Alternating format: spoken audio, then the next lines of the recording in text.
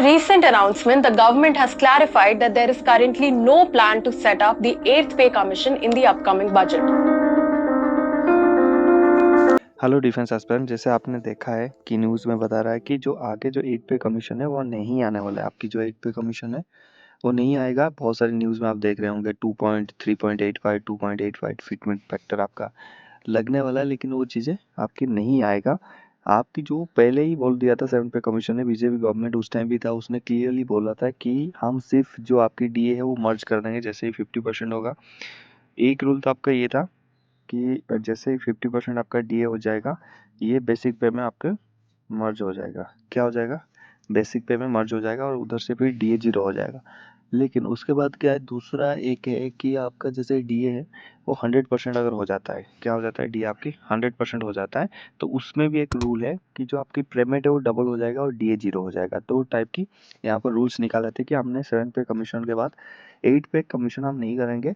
8 पे कमीशन नहीं आएगा। 7 पे कमीशन में आपकी क्या होगा, जैसे मान लीजिए एक का 18,000 बेसिक पे है, ठीक है, और इसका 50% डीए, जैसे आपके मान लीजिए 50% इसका कर लिया 9,000 बनता है, ठीक है। अगर मैं 9 ऐड करूँ तो 27,000 रुपया 50% डीए होने के बाद इसकी बेसिक पे हो जाने वाला था, लेकिन गवर्नमेंट ने इसको मर्ज नहीं किया। लेकिन बाकी जो अलाउंसेस होता है जिसमें एचआरए बढ़ गया, अलाउंसेस बढ़ गए, सभी 25% इंक्रीज हुआ और आपको भी मिल गया होगा सैलरी में। अब गवर्नमेंट का सेकंड रूल था कि अगर 100% हम 50% में मर्ज नहीं करते तो 100% में हम मर्ज करेंगे। तो 100% में जब मर्ज होगा तो सीधा सीधा जो भी पेमेंट होगा बंदे के वो डबल हो जाएगा सेंट्रल गवर्नमेंट एम्प्लॉय के। अब इसकी मतलब जो मान लीजिए 100% जब दिया होगा, आज की डेट में जो भर्ती हो रहा है उसकी पेमेंट 40,000 के आसपास है एक सेंट्रल गवर्नमेंट एम्प्लॉय की नॉर्मल। तो वहाँ पर अगर वो नौकरी करता है, वहाँ पर जैसे तकरीबन तकरीबन हर साल 3-3 6% की डीए बढ़ता है। तो इस हिसाब से आगे जाके अगर हम देखेंगे 50% बढ़ेगा जिस दिन आपका 100% हो गया वहाँ पर, ठीक है। तो वहाँ क्या, जितने भी आपका सैलरी होगा, मान लीजिए आपकी सैलरी उस टाइम 80,000 है तो इसकी डबल हो जाएगा, इंटू 2 हो जाएगा, यानी 1,60,000 हो जाएगा। सीधा से सीधा आपका डबल हो जाएगा और उस टाइम जो डी रहेगा वो जीरो पे वापस 0% हो जाएगा। और फिर जैसे जैसे महंगाई भत्ता आपकी बढ़ेगा वो फिर बढ़ता जाएगा, ठीक है। आई नो आप कंफ्यूज हो रहे हैं कि बहुत सारे न्यूज़ चैनल इसको कर रहे हैं कि ये होने वाला है, नहीं होने वाला है। जो फिटमेंट फैक्टर वो दे रहे हैं ना कि फिटमेंट फैक्टर 2.85 3 पॉइंट, कोई बोल रहा है ये आकलन है, ये बैठता है 7 पे में, ये था। देखिए इतना पेमेंट कहीं नहीं होगा। अभी सारे बोल रहे हैं कि 55,000 से आपकी स्टार्टिंग बेसिक पे होगा। आपको लग रहा है कि अगर आप एक सेंट्रल गवर्नमेंट एम्प्लॉई हैं, आपकी बेसिक पे कितना होगा आप देख सकते हैं। क्या आपको लग रहा है 55,000 बेसिक पे आपकी हो सकता है? नहीं हो सकता। अगर 55,000 बेसिक पे आपकी होगा तो आपकी सैलरी वहाँ पर बहुत चला जाएगा, 1 लाख के आसपास आपकी सैलरी बन जाएगा, जो कि हर एक गवर्नमेंट एम्प्लॉय को देना बहुत मुश्किल है गवर्नमेंट में। गवर्नमेंट इसलिए तो अग्निवीर स्कीम लाया ताकि 30,000 में वही काम करवा सके और छुट्टी कम देना पड़े। तो इस हिसाब से क्या आपकी 55,000 का जो बेसिक पे है ये तो मुश्किल है, ठीक है। 55,000 का बेसिक पे आपका पहले तो होगा ही नहीं, ठीक है। इसके बाहर आइए, आपकी जो बेसिक पे है, मान लीजिए आपकी 20,000 की बेसिक पे है। मैं आपको एक चार्ट दिखाना चाहूँगा यहाँ पर, बिल्कुल ये। अब मान लीजिए आप किस लेवल में आते हैं। मान लीजिए यहाँ पर देखिए लेवल लेवल 1 18,000 बेसिक पे जो स्टार्टिंग होता है, 7 पे मिनिमम बेसिक पे। यहाँ पर 8 पे मिनिमम बेसिक पे फिटमेंट फैक्टर बैठ के 1.70 इसमें ऐड हो रहा है, दैट इज 30,600 रुपया, ठीक है। कितने हो रहे हैं? 30,600 रुपया, ठीक है। तो उस हिसाब से आपकी बेसिक पे 30,000 ही बनेगा, ठीक है। तो स्टार्टिंग बोल रहे हैं कि 55,000 इज इम्पॉसिबल, ठीक है। वो अपने हिसाब से फिटमेंट फैक्टर लगा रहे हैं जो कि इम्पॉसिबल है, ठीक है। तो इसमें क्या होगा, 18,000 में आपकी जो डीए है वो मर्ज हो जाएगा। क्या होगा, डीए मर्ज हो जाएगा। जितने भी आपकी डीए होगा उस टाइम 63% 62% 50% 70% 8 पे, यानी 2026 में ये पहले मर्ज हो जाएगा, ठीक है। क्या हो जाएगा, मर्ज हो जाएगा। 18,000 प्लस आपकी जो डीए होंगे उस टाइम 10,000 मान लीजिए, क्योंकि 60% के आसपास, तो ये हो गया आपका 28,000। इसके ऊपर आपका 1.70 फिटमेंट फैक्टर बैठ के 30,600 आपकी स्टार्टिंग हो जाएगा, ठीक है। ऐसे मान लीजिए मेरा अभी बेसिक पे है 53,100, एक मान लेते हैं, ठीक है।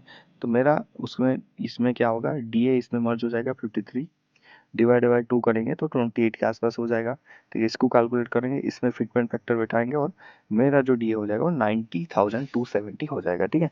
तो इस हिसाब से आपकी डीए वहाँ पर कैलकुलेशन होगा, ठीक है। तो 1.70 अगर हो भी जाता है तब भी बढ़िया सैलरी हो जाएगा, ऐसा कुछ नहीं है। और लेकिन डीए जीरो हो जाएगा, यहाँ पर ध्यान रखना। उसके बाद देखिए यहाँ पर 1.85 भी एक अप्रोक्स हो सकता है, 1.85 का। तो ये डिपेंड करेगा गवर्नमेंट की पॉलिसी के ऊपर। मुझे जो फील होता है वो 1.70 ही है।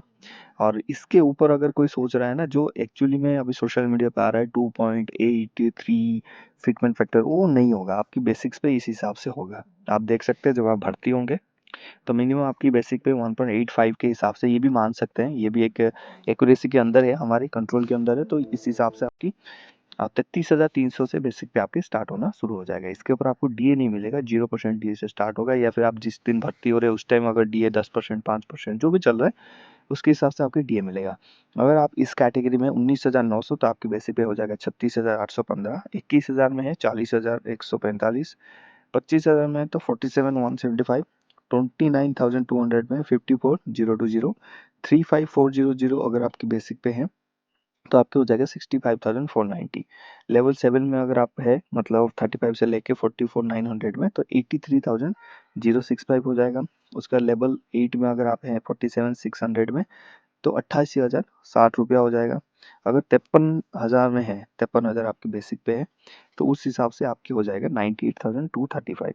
56 में अगर आप हैं, जो कि लेफ्टिनेंट की पेमेंट होता है जब आप एनडीए में भर्ती होते हैं या फिर यूपीएससी में भर्ती होते हैं, या फिर आप कोई सीडीएस वगैरह एग्जाम देके लेफ्टिनेंट बनते हैं, तो उस हिसाब से आपका क्या हो जाएगा 56,100 से स्टार्टिंग होता है। तो आप वो जो बेसिक पे हो जाएगा आपका 1,03,785।